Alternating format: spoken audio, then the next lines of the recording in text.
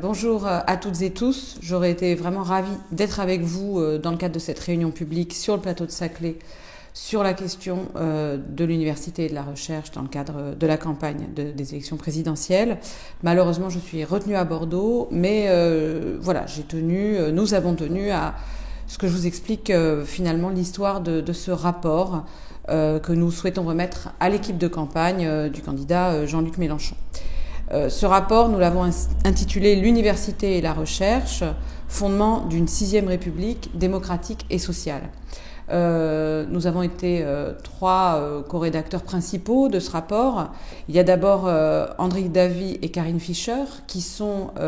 les co-rédacteurs du livret Enseignement supérieur et la recherche, qui ont travaillé depuis des années sur cette question. Et puis des membres du Parlement de l'Union populaire, venus du monde académique, qui ont participé à cette réflexion. Et également des militants et des universitaires qui ne sont pas factuellement dans le Parlement, mais qui sont très actifs sur ces questions depuis des années, notamment à Bordeaux. Donc c'est un travail collectif, c'est une synthèse d'une dizaine de pages, en fait, d'années de travail, d'années de lutte. Et je voudrais expliquer d'une part les grands moments du rapport, rapidement, et puis la raison pour laquelle je me suis mobilisée particulièrement pour ce texte. D'abord, dans un premier temps, dans ce rapport, nous faisons une synthèse de toute notre analyse de ce que nous vivons depuis 15 ans dans le monde de l'université et de la recherche, depuis l'arrivée au pouvoir de Nicolas Sarkozy, depuis la loi de Valérie Pécresse sur la prétendue autonomie des universités,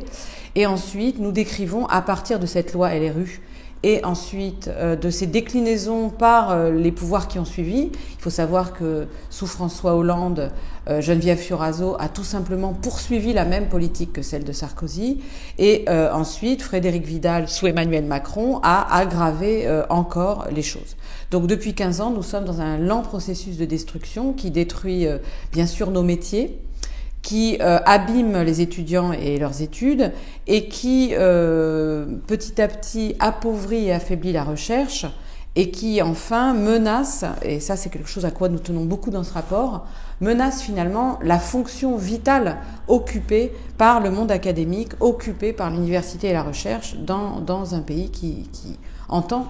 fonctionner comme une république et de manière démocratique. Donc le premier temps du rapport fait cet état des lieux. Le second temps du rapport insiste sur les propositions programmatiques qui sont dans le livret et qu'on entend régulièrement d'ailleurs dans les discours de campagne du candidat Jean-Luc Mélenchon, avec notamment par exemple la question de Parcoursup, mais et l'allocation bien sûr également pour allocation universelle qui permet à tous les étudiants d'étudier sans avoir à chercher à trouver les moyens de leur subsistance. Donc toutes ces questions-là, évidemment, les questions de financement sont récapitulées dans le rapport, mais ce que nous avons apporté de plus à travers cette coopération, et ça c'est tout à fait l'esprit du Parlement de l'Union populaire, avec l'arrivée de gens nouveaux qui ne sont pas nécessairement des cadres du mouvement de la France insoumise, ce que nous avons apporté de plus, c'est cette idée d'inscrire cette nouvelle université et cette recherche revivifiée par le projet politique de la France insoumise et plus généralement de l'Union populaire, de l'inscrire dans la problématique de la 6e République. Alors pourquoi ? Eh bien parce que la République, elle s'est construite, chacun le sait, sur l'idée d'une école émancipatrice. C'est une idée centrale qui va véritablement structurer le socialisme de la fin du XIXe siècle. Au fond, ce que il s'agit ici de promouvoir, c'est l'idée que si on veut que la République aille jusqu'au bout, il faut non seulement se battre pour que l'école devienne enfin émancipatrice, ce qui bien souvent, on le sait, n'est pas le cas, puisqu'on a des phénomènes de tri social, des phénomènes de reproduction des élites qui sont extrêmement connus, qui ont été beaucoup étudiés dans le champ académique et démontrés. Donc bien sûr, il faut accomplir la République jusqu'au bout dans le champ scolaire, de la maternelle jusqu'au lycée, jusqu'au baccalauréat. Mais ce que nous voulons ici défendre, c'est l'idée que la 6e République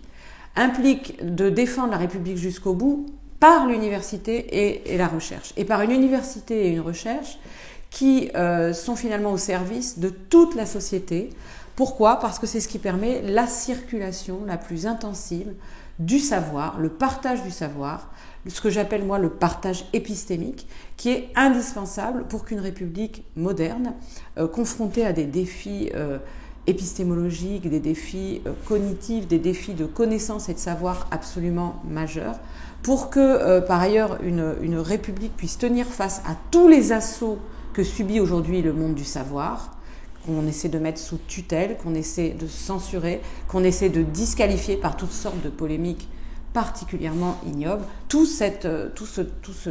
processus de prédation autour du savoir, marchandisation, mise au pas, caporalisation, tout ceci menace en profondeur l'actuelle République et implique dans la refondation d'une nouvelle République que ces institutions soient entièrement repensées.